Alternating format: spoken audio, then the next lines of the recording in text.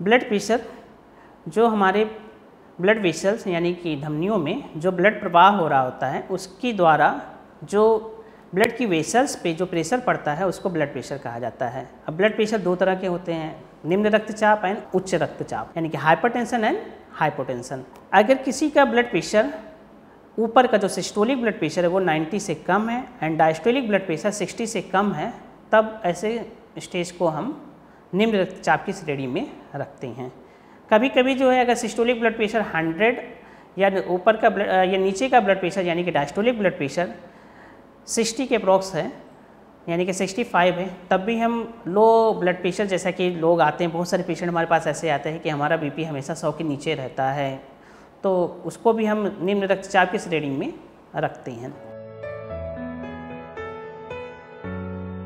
सबसे पहले आते हैं कि पेशेंट को बहुत ज़्यादा नहीं, एसिम्प्टोमेटिक भी रह सकता है, हल्की फुल्की उसको चलने में थकान हो जाए, या पेशेंट जो है हमेशा लेजी रहे, फटीगनेस हो कि जो है कुछ काम करने में मन नहीं लग रहा है, हमेशा सुस्त कहीं जो है पड़े हों।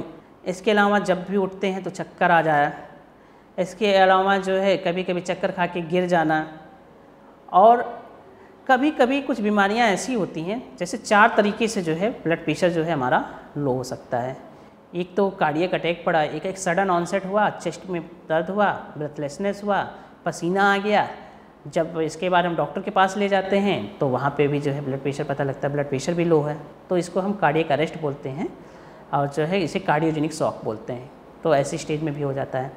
कभी कभी घर में है, इससे पहले कभी कोई कमजोरी या कभी कुछ नहीं रह रहा था, लेकिन एकाएक जो है बहुत ज़्यादा लूज मोशन स्टार्ट हो गया, वॉमिटिंग स्टार्ट हो गया, यानी कि हमारे बॉडी के सारा फ्लूइड जो है वो निकल जा रहा है, सारा फ्लूइड जो है बॉडी का वो जो है हो रहा है, उसकी वजह से हाइपोवॉल्यूमिक शॉक हो सकता है। बॉडी का जो फ्लूइड है, फ्लूइड लॉस होने की वजह से भी ब्लड प्रेशर कम हो सकता है।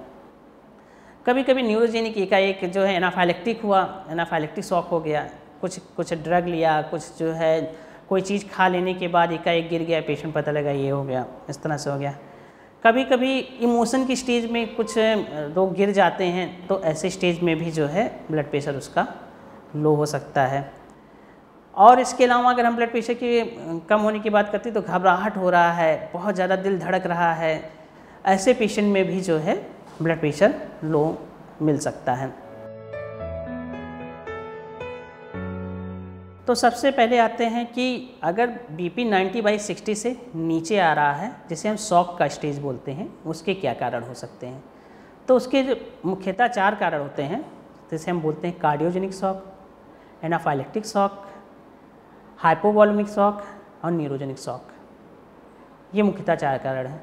तो सबसे पहले हम आते हैं हाइपोवॉल्यूमिक शॉक। हाइपोवॉल्यूमिक शॉक क्या होता है कि कभी कभी डिहाइड्रेशन हो गया, डायरिया हो गया, वॉमिटिंग हो गया, या फिर खून की उल्टी होने लग गई। ऐसी स्टेज में हमारे बॉडी के जो फ्लूइड लॉस होने की वजह से हाइपोटेंशन हो गया।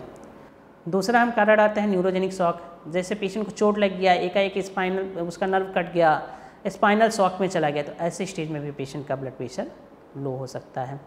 तीसरा होता है कार्डियोजेनिक शॉक। पेशेंट में एकाएक चेस्ट पेन हुआ, हार्ट अटैक हुआ, उस स्टेज में जो है पेशेंट का ब्लड प्रेशर लो हो सकता है, जिसे कार्डियोजेनिक शॉक बोलते हैं। कभी कभी कुछ पदार्थ खा लिया, जैसे मूंगफली कुछ होते हैं एलर्जेंस होते हैं, कुछ ड्रग होते हैं, उसको खा लेते हैं, उसके बाद जो है कभी कभी कोई ड्रग लगने की वजह से भी जो है पेशेंट का एक हाइपोटेंशन में चला जाता है। तो ये मुख्यतः इसके कारण होते हैं। इसके अलावा कुछ बीमारियां ऐसी हैं जिसमें लो ब्लड प्रेशर मिलता है, जैसे हाइपोथायरॉयडिज्म रह रहा है, पेशेंट बहुत ज़्यादा हाइपोथायरॉइड है, तो ऐसे स्टेज में भी हो सकता है।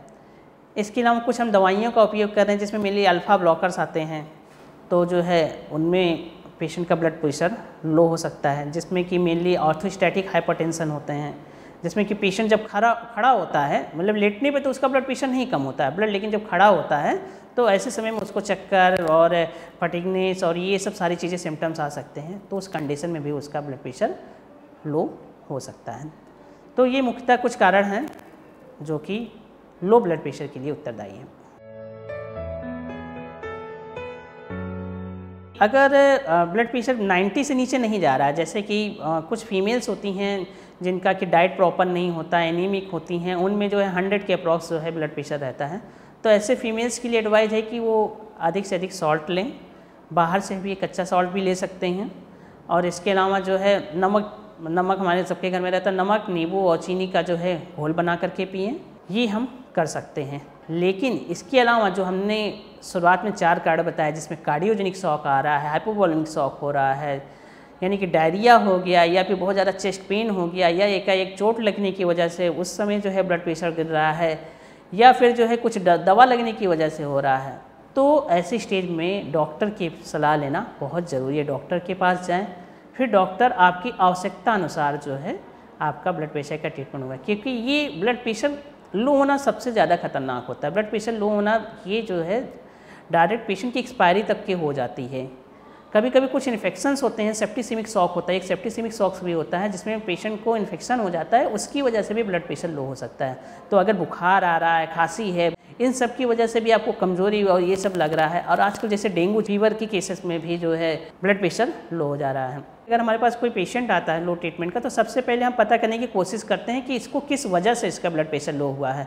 कहीं हार्ट अटैक होने की वजह से तो नहीं हुआ है, या फिर जो है पेशेंट को डायरिया हुआ है, या वॉमिटिंग हुआ है, या फिर जो है वो खून की उल्टी की है इसकी वजह से हुआ है, या किसी चोट लगने की वजह से हुआ है, या पेशेंट को काफ़ी दिन से फीवर आ रहा है। तो ऐसी कंडीशन में हम डिफरेंट ट्रीटमेंट देते हैं।